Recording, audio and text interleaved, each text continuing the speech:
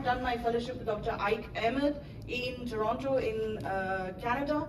He was one of the key individuals, instrumental not only in coining this term, I think in collaboration with Glaukos, but also looking into the research and development of many more. So basically, these surgeries cause minimal trauma to the target tissue. They definitely reduce your operating time. They do have modest efficacy. You cannot compare it with trabeculectomy. It is not here to replace trabeculectomy, and I quite agree with Baswati there. It has a very high safety profile and there is rapid recovery. It's almost like phaco. Patient recovers vision within the week. In most cases, in a few cases of GAT, they may have a little bit more hyphema and may require an AC wash. So basically, conjunctiva and sclera are spared.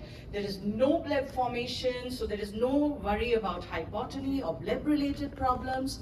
It acts by bypassing the trabecular meshwork and it reduces dependence on anti-glaucoma medication. So these are the key factors that one has to remember about eye stents. Now eye stents are one of the smallest devices known to mankind. When eye stent first came out, this is now called G1, generation 1.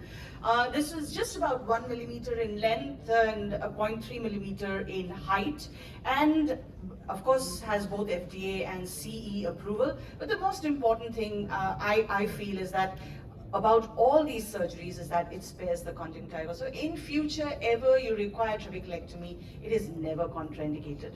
Then the next generation, G2, that came through is the eye stent inject. Now this has become 1/3 the size of an eye stent G1, and its height is 0.3, its width is about less than 0.3. So then came the eye stent W, where the height and the width are the same.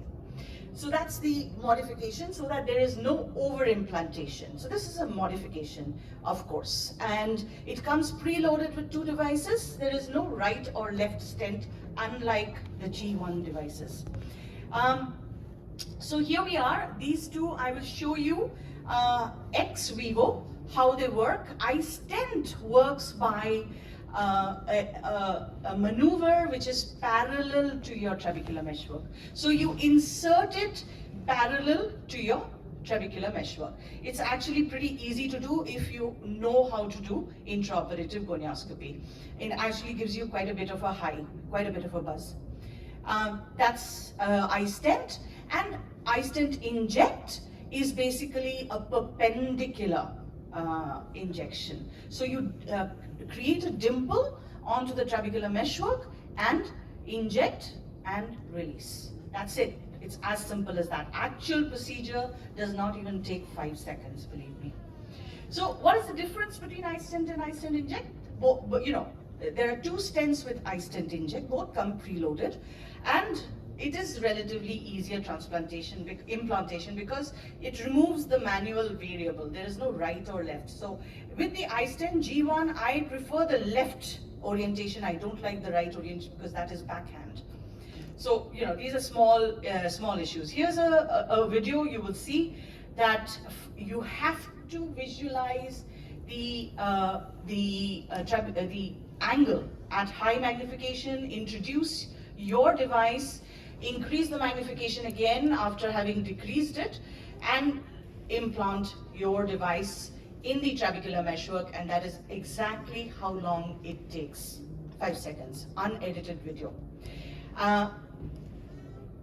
When you see blood regurgitating, that's an excellent sign because it means you're in the correct position. Here you can see that the retention arches are well embedded inside the Strem's canal, and you have a snorkel which is proud of the surface of the trabecular meshwork. Unlike the eye stent, the next one now.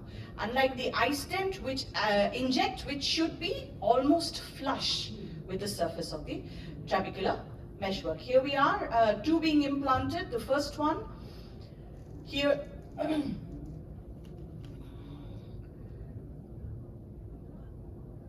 slight dimple of the trabecular meshwork, and then you inject and you withdraw in the same plane so that you don't disturb. You tap it a little bit and you make sure that it is in position. You don't see a regurgitation there, I do notice that. I like to withdraw it out of the eye, reposition myself, and then go back in. And this video I borrowed from a co-fellow from Toronto, and he prefers to do the same. So here we are, the second one also, little bit eccentric, I felt. Nonetheless, it's now flush with the trabecular meshwork. So how does it work? It creates a micro bypass through the trabecular meshwork, providing a direct channel between the Schlemm's canal and the collector channels. Everyone knows that it's the juxtacanalicular meshwork that creates the maximum resistance. So it bypasses that. Huang et al. Did a really excellent work by doing anterior segment angiography of the aqueous veins to show pre and post eye stent angiography. Before the procedure, you can see that there's very little flow through the aqueous veins, collector channels and aqueous veins. But after placement of two devices, you can see that the channels which appeared to be dormant have opened up. So it has the potential to re-establish flow in previously dormant outflow channels. Also, it increases the facility to lower resistance to outflow. Now, this is also another very elegant work by Cindy Bala et al., much before Alex Huang came up with their angiographic one, where they found that with one eye stent, you double the outflow facility, and if you put two, you actually make it 5 times. So it actually works. Here you can see that there is dilatation noted around the eye stent inject head. This was again an ex vivo study, it wasn't an in vivo study. So what are the indications? They are mild to moderate, primary open angle glaucoma. This is the mandated, but as you know, we all are trying to do in various different types of glaucoma. However, one needs to classify the glaucomas on visual fields. They are mild to moderate only on visual fields. It could be open angle, pseudo-exfoliative, whatever. Also, you can do it in phakic patients. You don't necessarily have to combine eye stents with cataract surgery, but you can, of course, do. You can do it in pseudophakic patients. You can do it in patients who have difficulty taking medication, who have side effects or complications to these, or, as we all know, are poorly compliant patients. I will not go into details about all the studies that have been published because, again, going through the various presentations, I found that many people have talked about many studies, but I will talk about this systematic analysis, meta-analysis, which has shown, a long-term one, which has shown a very consistent decrease of about 30% in intraocular pressure from baseline, and also reduction of medication, and that over 60 months, only 2.6% of the eyes of all the studies that were included required filtration surgery after that. So what are the complications that you can expect? Not a long list at all. In fact, I had to scratch my head to find some. Iris endothelial touch, well, that is something will decrease with experience. Over or under implantation, you have maneuvers that are available to correct these. They can be stent malposition. You may have to withdraw and reposition. Sometimes you can have occlusion, which you can observe or can consider doing a YAG laser. Sometimes you have hyphema, but I have not come across it so far, and if it happens, it's usually transient and self-resolving. Late post-op, need for glaucoma filtration surgery is only 4%. Compare this, and we keep saying this, compare this with the long list of complications that can happen with trabeculectomy or even with drainage surgery. And I feel one of the least talked about complication of trabeculectomy is bleb failure. It is a complication of the surgery. And one has to look at it, you know, these are all failed blebs, failing or failed blebs, and blebs that are predisposed to infection, lifetime of infection. Depends on which literature you're reading, but basically it can vary from 0.4 to 6.9%. Here's a patient who fairly young, 55-year-old, who had pressures running in mid-40s, for whom I had to do a trabeculectomy because at that time iStent was not available in India. Lo and behold, he works in an oil field in Duliajan, Assam, off the coast, and he came back to me with blebitis. He was fortunate enough to recover not only vision but also his filtration without any medication, but not every patient is that lucky. Complications in glaucoma drainage devices, again, those that are common for all subconjunctival filtrations, and there are certain unique ones that are common to all types of GDD. You have tube exposure, plate exposure, you have tube endothelial touch, you have tube block, you name it, you have it. So I just want to present to you, a real world experience very early, in our country for related to eye stents that have been done by these 4 surgeons. Follow up, as you know, because it's very, very early, it's only 4 weeks, they were all combined with cataract surgery, all open angle glaucoma, and they all had high medication burden, either intolerance and or allergy. So we started with a pressure of almost 20, anti-glaucoma medication of 3.8, and we ended up with, we're still studying it, 14.4 and 1.8 medication. That translates to about 27% reduction in IOP and 52% reduction in medication, which was all statistically significant.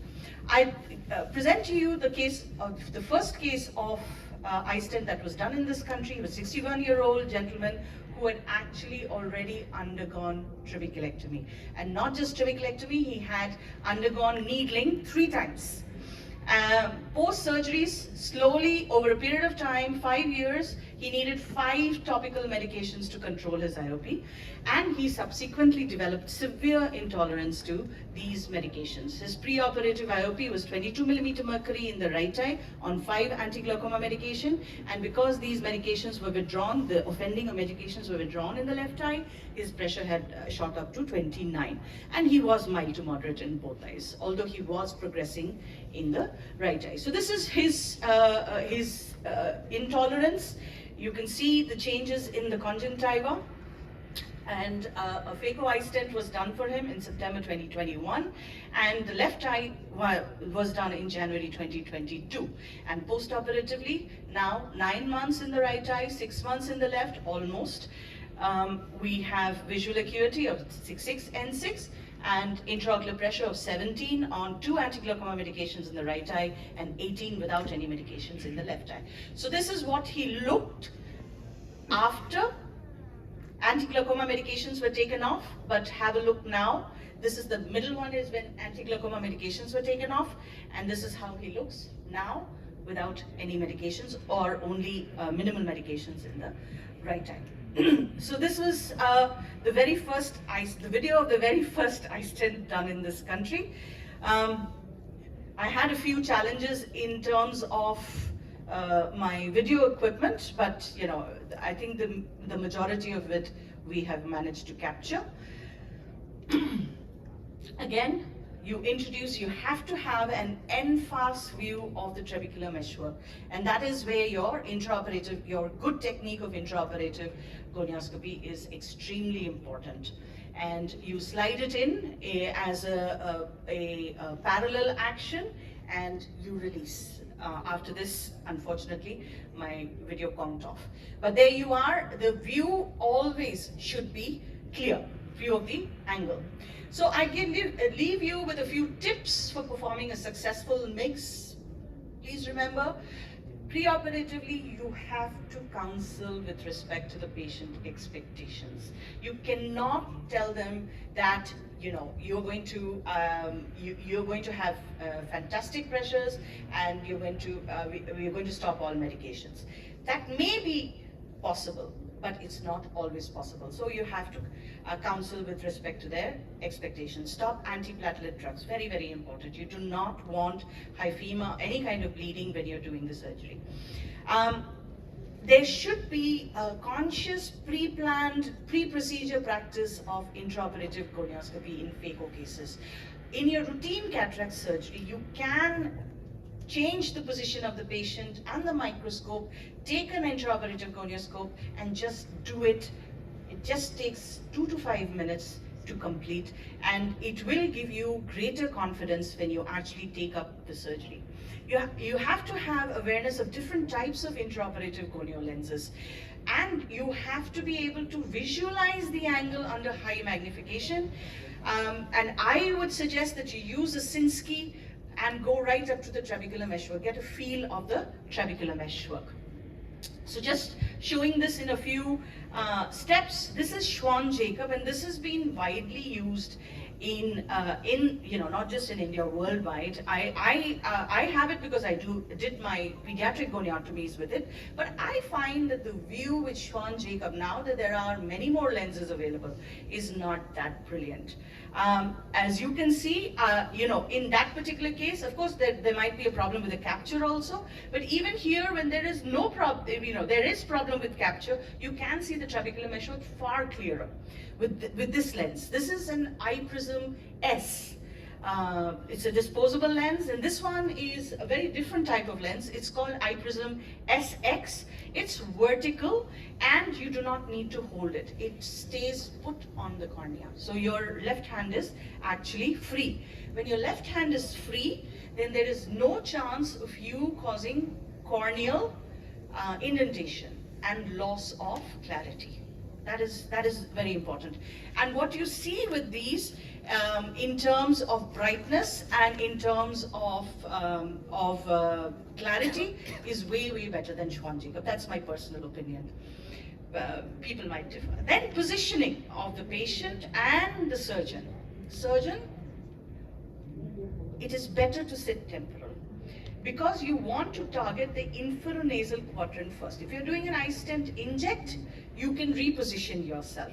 Microscope positioning, about 30-35 degrees. Patient positioning, about 30-35 degrees. So here we are. You need to measure where you are. So microscope towards you. This was my training before my first case. And so you make sure that the microscope is turned towards you and the patient away from you, about 30-35 degrees. And create phaco wounds that are slightly anterior to the limbus. You do not want bleeding from peripheral vessels all the time. That also reduces your view. So I would suggest you go into clear cornea a little bit, as much as possible. And as you can see here, there is no bleeding when that wound is made. Then, like I said, practice of intraoperative gonioscopy in phaco cases under high magnification with Sinskey to the trabecular meshwork. This case is that of a angle closure who opened up after laser peripheral iridotomy. And I'm just using a Sinskey hook to show you all the minute synecdoche that had formed for this particular patient. So to summarize, MiGs are usually ab internal, minimally traumatic, safe procedures which preserve the conjunctiva. It fills the void between medical management and more invasive traditional surgery. So medical management, till they are managed, it's good, but if they are mild to moderate and they are not controlled, then you can move on to mixed procedures rather than trabeculectomy. So it is bridging. It's bridging that gap, which is exactly what Bhaswati was talking about. iStent and iStent Inject are two of the smallest devices known to mankind and helps to bypass the trabecular resistance and improve facility of outflow. Mostly indicated in OAG, that is what it has been mandated for, mild to moderate glaucomas. In initial footprint in India is a little varied. We have used it in advanced glaucomas also. In controlled and uncontrolled, mild, moderate, and 1 or 2 severe cases in our series, it has reduced pressure to about 27%, medication 50%. And inevitably, cost may be a limiting factor. Thank you very much.